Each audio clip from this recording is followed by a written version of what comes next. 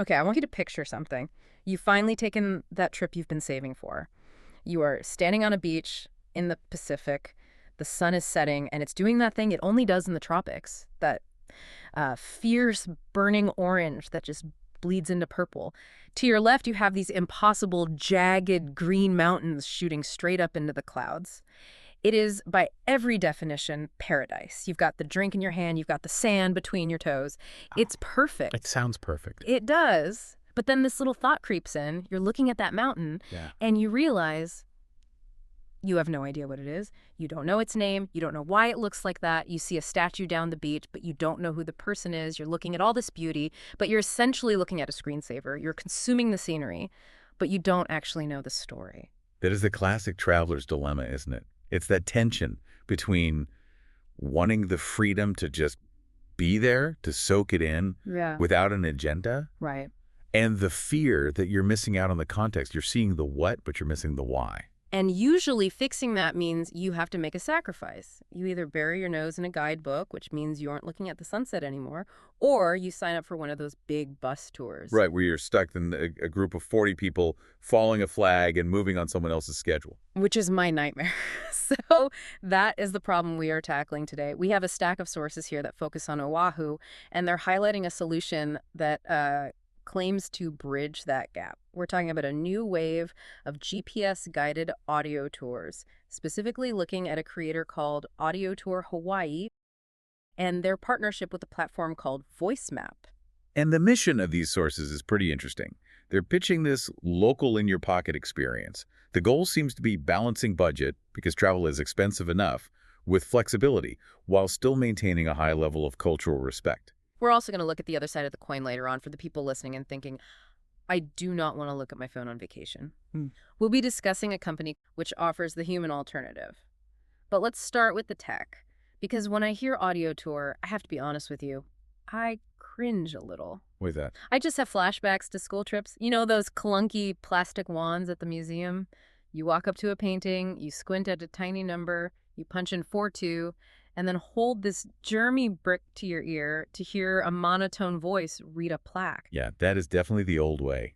What our sources are describing with Audio Tour Hawaii and VoiceMap is, well, it's completely different. It's hands-free and it's dynamic. Okay, so walk me through the mechanics. If I'm driving down the highway in Oahu or walking through Waikiki, how does this actually work? It relies on the GPS chip in your smartphone. Right. The creators, the people writing the tour, basically draw invisible shapes or polygons on a digital map. Kind of like a geofence. Exactly, like a geofence. Imagine a circle around a specific statue or a stretch of road. When you, holding your phone, physically cross into that invisible shape, the audio triggers automatically. So I don't have to look at the screen and press play. No, that's the whole point. If you're driving, you connect it to your car's Bluetooth, put the phone in the cup holder, and just drive. The app knows when you've reached the lookout point, so the narrator starts talking. If you're walking, you just keep your headphones in. That feels much safer for driving. I have definitely been that person trying to read a Google Maps description while navigating a roundabout, and it's not a good look. It's dangerous. And this hands-free element is one of the big selling points mentioned in the research. But there are like 3 main why factors for why this format is blowing up right now. Okay, let's hear them. First is flexibility. You aren't tethered to a bus schedule. If you're driving the North Shore and you see a food truck that smells amazing, you just pull over. The audio pauses. It waits for you.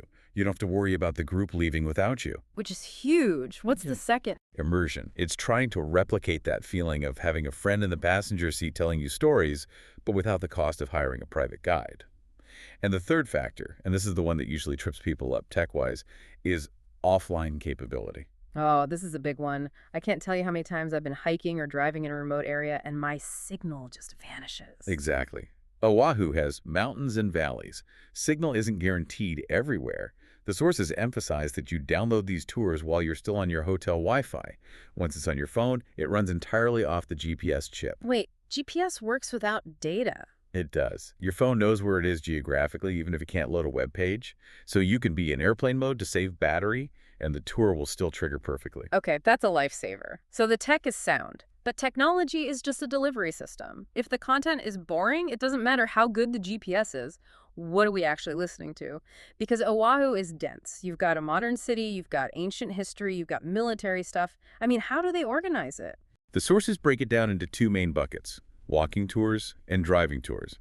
And I have to mention the pricing here because it really jumped out at me. The walking tours start at around $7.99. $7.99. That's less than a cocktail at a resort. That's barely the price of a fancy coffee these days. It's a very low barrier to entry. For the walking content, they focus heavily on Waikiki, which makes sense. That's where the hotels are. But they've split it into two parts to keep it manageable. Smart. Nobody wants a 4-hour lecture in the hot sun. Exactly. Waikiki Part 1 is focused on royal history and the historic trail. And this is crucial context. Most people see Waikiki as just high-rise hotels and surf lessons. But historically, this was the seat of power. It was wetlands and royal residences. The tour overlays that history onto the modern view. In part 2, what's left? Part 2 is a bit more eclectic. It covers military history, entertainment history like filming locations for Hawaii Five-0, Earl, and they even build in specific stops for cocktails and food near Ala Moana. See, that's realistic pacing. I like a tour that acknowledges I might need a Mai Tai halfway through. It keeps it fun. Yeah. But if you want the really deep, substantial history, the sources point to the Downtown and Chinatown tour. That's a totally different vibe from the beach, right? Completely. We're talking about 500-plus years of cultural evolution. You're navigating through markets, seeing street art, but you're also visiting the heavy hitters. The King Kamehameha statue, for example. The one with the gold robes, it's iconic. Everyone recognizes the image. But the tour also takes you to Iolani Palace, and the source material is very specific about how this should be approached. It's not just a museum to walk through. It's a symbol of a sovereign nation's history and the overthrow of the Hawaiian kingdom. The audio guide builds that narrative arc, so when you're standing there, you aren't just looking at architecture, you're understanding the political weight of the place. That's powerful. So that's the walking aspect. But for me, the best way to see a place is often a road trip. Windows down, music up.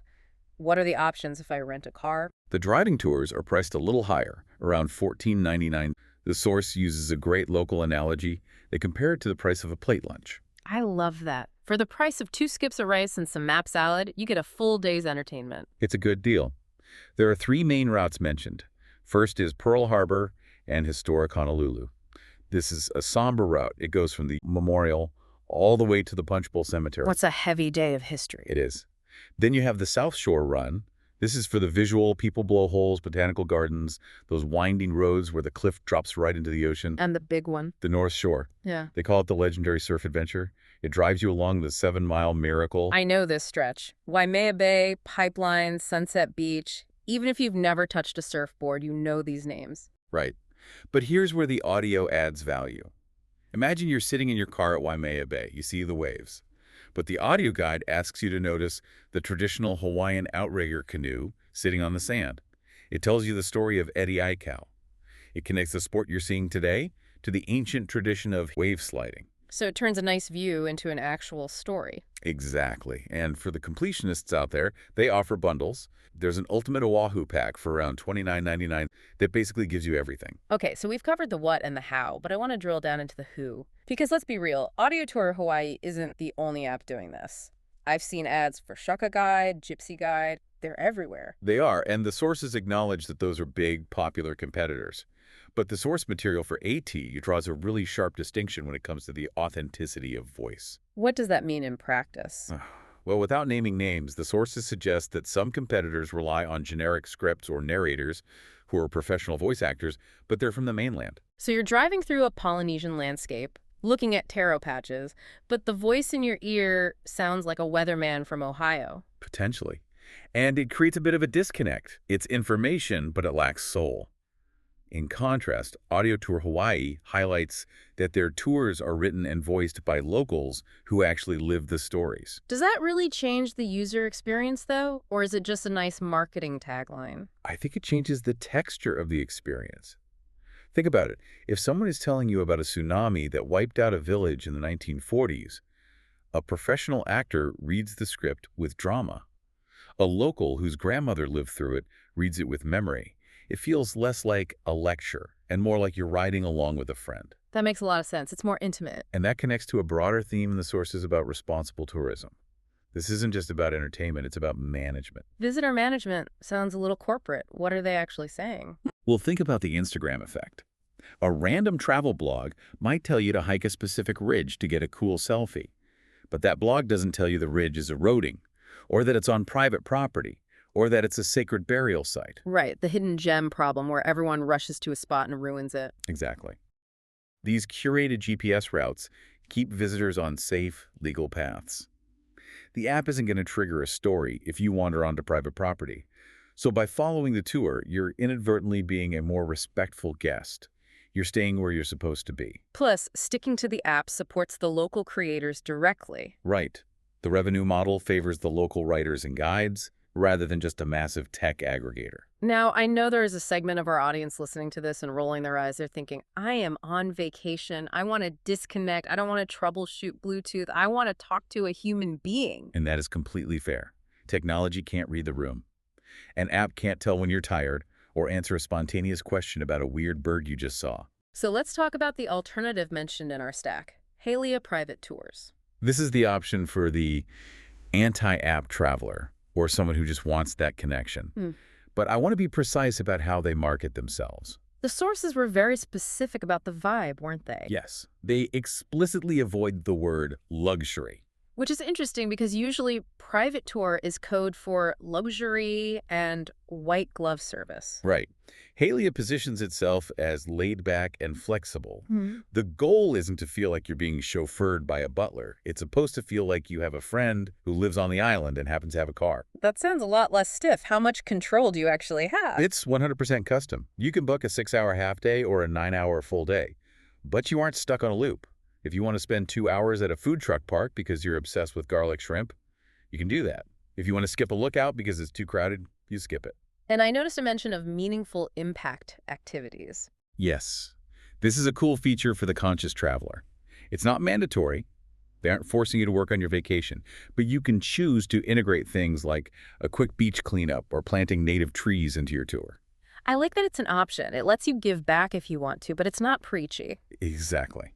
But we have to address the elephant in the room, cost. We are comparing a $15 app to what? Hundreds of dollars. But the value proposition is different. You are paying for safety. You're paying for someone else to deal with the Honolulu traffic, which is notorious, and you're paying for real-time interaction. So if you're on a budget or you're an introvert who wants to explore alone, Yep, the app. and if you have the budget and you want a relationship with the place, Go with Halia. It really just depends on what kind of traveler you want to be that day. before we wrap up, I want to hit some specific need-to-know logistics from the sources. Regarding the app features, the sources mentioned quizzes. They did. The tour packages include scavenger hunts and quizzes to make it interactive, which is great if you have kids in the back seat.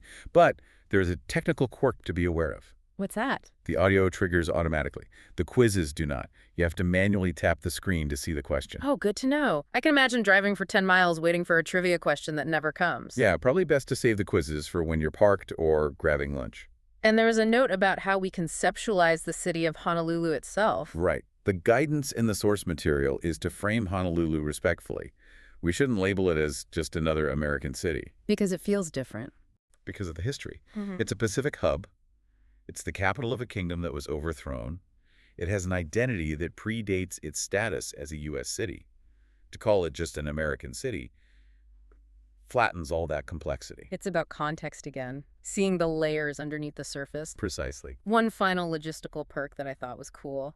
The app platform itself, voice map. Yeah, this is great. It's not a Hawaii-only app. Yeah. Once you have voice map on your phone, it works globally. You can use it for a walking tour of London's West End, or Golden Gate Park in San Francisco, or Cape Town. So you aren't downloading a specialized app just to delete it when you get to the airport to fly home. Exactly. It's a tool you can keep using. So let's bring this all together. We've looked at the tech, the walking routes, the driving loops, and the human alternative. What does this all mean for us? I think the main takeaway is that the era of the ignorant tourist is becoming a choice, not a default. That's a strong way to put it. But it's true. Whether you use a $7.99 app or a custom private tour, the tools exist now to move beyond surface-level sightseeing. We don't really have the excuse anymore of saying, I didn't know that was sacred, or I didn't know what that statue was. It reminds me of one of the images in the source stack.